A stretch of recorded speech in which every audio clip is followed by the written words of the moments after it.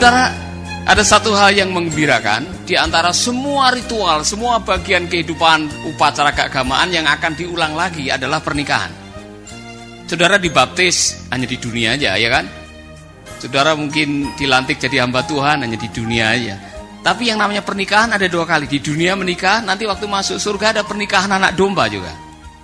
Jadi pernikahan ini sesuatu yang sangat penting yang harus kita selamatkan. Karena saya mendengar Indonesia ini nomor 1 dari tingkat perceraian di Asia Pasifik. Saudara mau tahu Indonesia berapa orang bercerai dalam setahunnya? 320.000 orang bercerai setahunnya. Tiap 2 menit 1 cerai. Manado, menurut survei terakhir yang saya baca di internet, meningkat setiap tahunnya.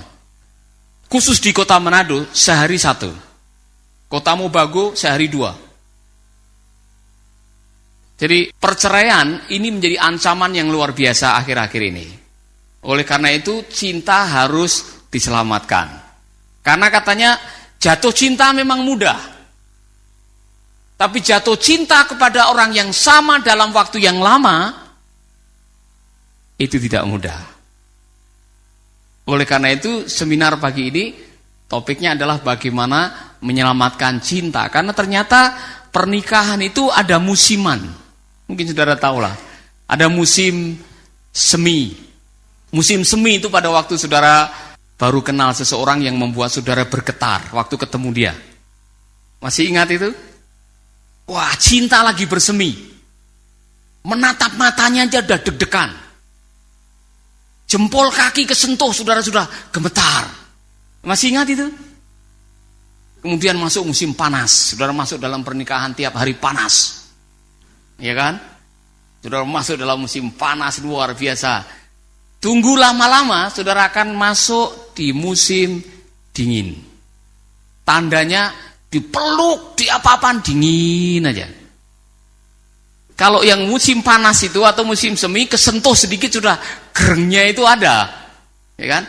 Tapi kalau sudah mulai dipeluk, dicium kok diem, dingin, itu bahaya itu.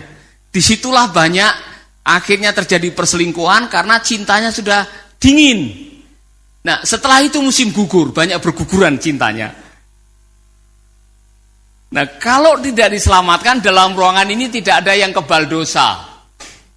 Mau pendeta, mau jemaat, siapapun tidak ada yang kebal dosa. Kita semua bisa jatuh dan kita bisa mengalami kehancuran dalam pernikahan rumah tangga kita. Karena tingkat perceraian di antara orang Kristen dan non-Kristen tidak jauh bedanya.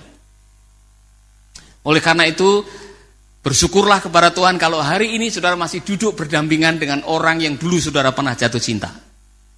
Dan bersyukurlah kalau kadar cintanya masih tetap sama. Amin.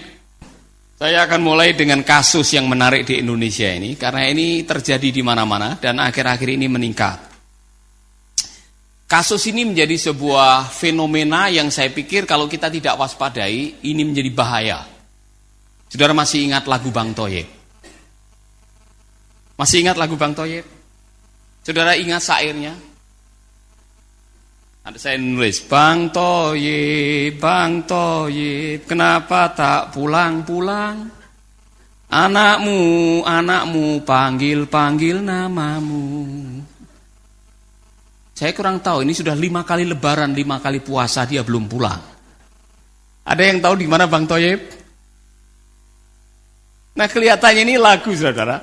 Tapi kalau kita mau jujur, kasus-kasus seperti ini di mana ada pasangan, istri itu suami yang akhirnya pergi tanpa bekas dan tidak tahu kemana dan rumah tangganya hancur karena tidak ada tanggung jawab. Ini kasus yang sangat serius. Bang Thoyib ini hanya simbol aja. Tapi berapa banyak ayah, berapa banyak istri yang pergi dan tidak pernah kembali. Karena tidak bisa menyelesaikan masalah rumah tangga. Meninggalkan pernikahan, meninggalkan rumah tangga, meninggalkan tanggung jawab, tidak menyelesaikan apa yang seharusnya diselesaikan. Jadi, kalau ada Bang Thoyib di sini, saudara pulang.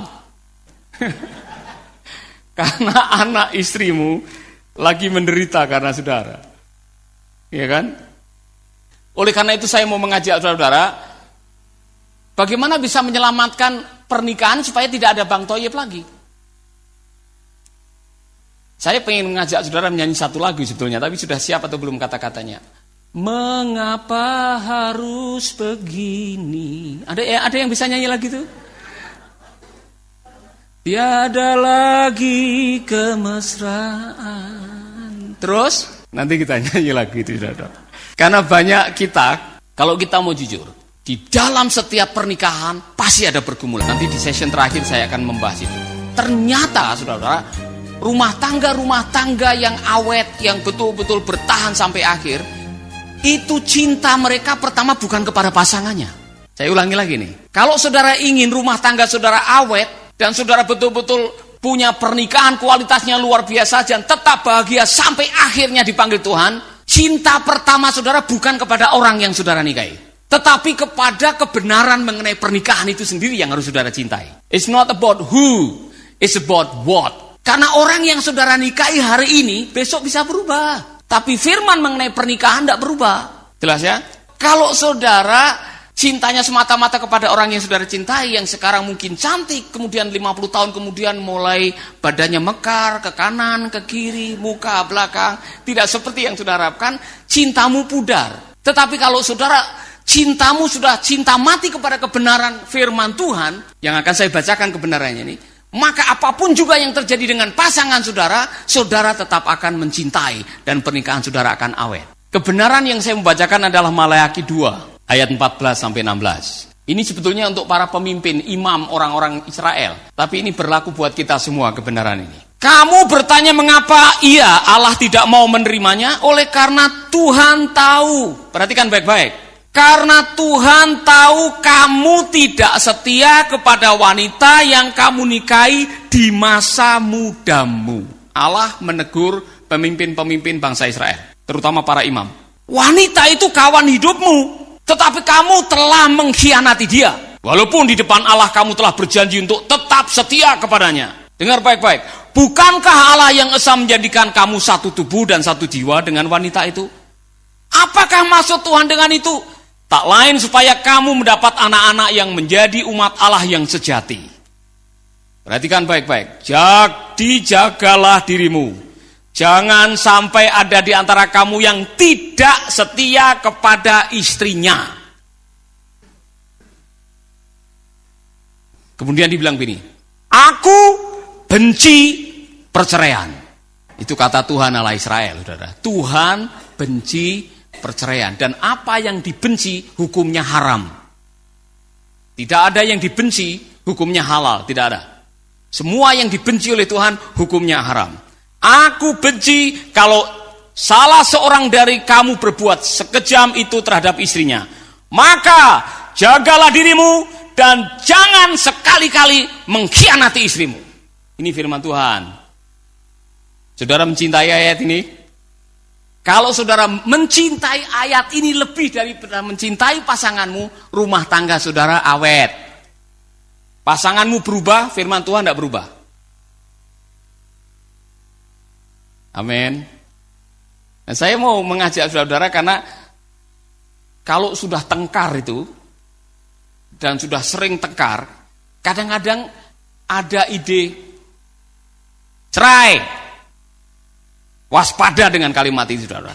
Usahakan jangan terucap karena cerai tidak pernah menyelesaikan. Menurut buku yang saya baca namanya Renovating Your Marriage, pasangan-pasangan yang bercerai dan tidak menyelesaikan luka batin karena perceraian itu, dia akan membawa luka perceraian selama 17 tahun.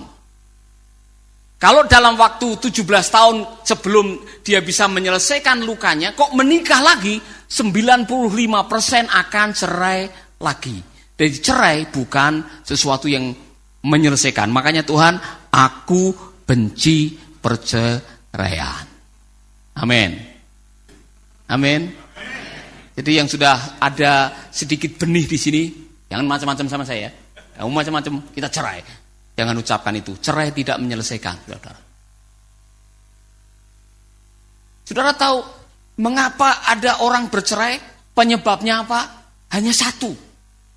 Setelah saya meneliti, cerai itu penyebabnya hanya satu. Bukan masalah uang, bukan masalah seks, bukan masalah agama, bukan.